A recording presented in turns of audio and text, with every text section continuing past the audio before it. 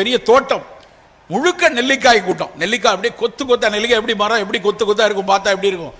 என் காரில் போகும்போது அதை கண்ணில் பட்டவொடனே நிறுத்து அப்படின்னு சொல்லி அந்த வாசல் பகுதியில் போயிட்டு எனக்கு அந்த நெல்லிக்காயை வாங்கணும்னு ஆசை. அந்த தோட்டக்காரர்கிட்ட வண்டியை நிறுத்திட்டு நேராக இறங்கி கார்லேருந்து இறங்கி போய் அவர்கிட்ட, சார் கொஞ்சம் நெல்லிக்காய் வேணும், இங்கே நிறைய நெல்லிக்காய் இருக்குது எடுத்துக்குவா அப்படின்னா. அவர் எப்படி பார்த்தாரு, எடுத்துக்கோங்க சார் அப்படின்னாரு. அவர் என்ன ஒருவேளை இப்படி எடுத்துக்கோங்கன்னு சொல்கிறாரு, சரி என்ன விலை, எடுத்துக்கோங்க சார் அப்படின்னாரு. சரின்னு நான் போய் பையில் அங்கேருந்து பின்னாடி இருந்து ஒரு துணிப்பை எடுத்து போய் அதில் போய் பொறுக்கி எடுத்து போய் அவர்கிட்ட திரும்ப கொடுத்து, எடை எவ்வளோ இருக்குன்னு பார்த்து நீங்கள் எவ்வளோ விலைன்னு சொல்லுங்கள் அப்படிங்கிறேன். சார் எடுத்துகிட்டு போங்க சார். ஏன்னு திரும்ப கேட்குறேன். ஏங்க ஒரு தோட்டக்காரர் நீங்கள் பாட்டு எடுத்துகிட்டு போங்க, பறிகூலி கூட கிடையாது, என்ன செய்யணும் தெரியாமல் சும்மா போட்டிருக்கோம், வேணா எடுத்துகிட்டு போங்க அப்படின்னாரு. அவ்வளவு வேதனையாக இருந்தது.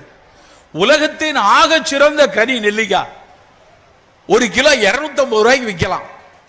ஆனால் அதுக்கு 5 ரூபாய்க்கு அவர்கிட்ட கேட்குறேன், 5 ரூபாய்க்கு எடுக்கிறாங்க சார், அதுக்கு எடுக்காம போய் யார் வேணாலும் எடுத்துக்கோங்க நான் சொல்லியிருக்கேன் அப்படின்னு எனக்கு கேட்ட அன்றைக்கு அவ்வளவு வேதனையாக. நிறைய நண்பர்களிடம் அன்றைக்கு காரில் போகும்போது பூரா நெல்லிக்காயை பற்றி தான் பேசிட்டு போகிறேன்.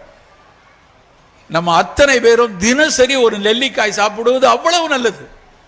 அந்த நெல்லிக்காய் வெறும் விட்டமின் சி மட்டும் கிடையாது. நிறைய பேர் நினச்சிருக்காங்க நெல்லிக்காய் விட்டமின் சி இருக்கு, 600 மைக்ரோகிராம் இருக்குன்னு கூகுளில் போட்டிருக்காங்க, அதனால சாப்பிட்றேன். அது மட்டும் இல்லை, நெல்லிக்காயில் பல மருத்துவ கூறுகள் இருக்கு. அந்த ஏஜிங்ல, அதாவது வயோதிகத்தில் நடக்கக்கூடிய சிறு சிறு வயோதிக மாற்றம், அந்த செல்களுக்கு இடையில் இருக்கக்கூடிய ஆக்சிஜன் கூறுகளை எடுக்கிற ஃப்ரீ ரேடிக்கல் ஸ்கேவெஞ்சிங் வாங்க, அந்த ஃப்ரீ ரேடிக்கல் ஸ்கேவெஞ்சிங் நெல்லிக்காயில மட்டும்தான் இருக்கு. அப்போ இந்த நெல்லிக்காயை நம்ம தினசரி கொஞ்சம் எடுத்துக்கொள்ளணும்.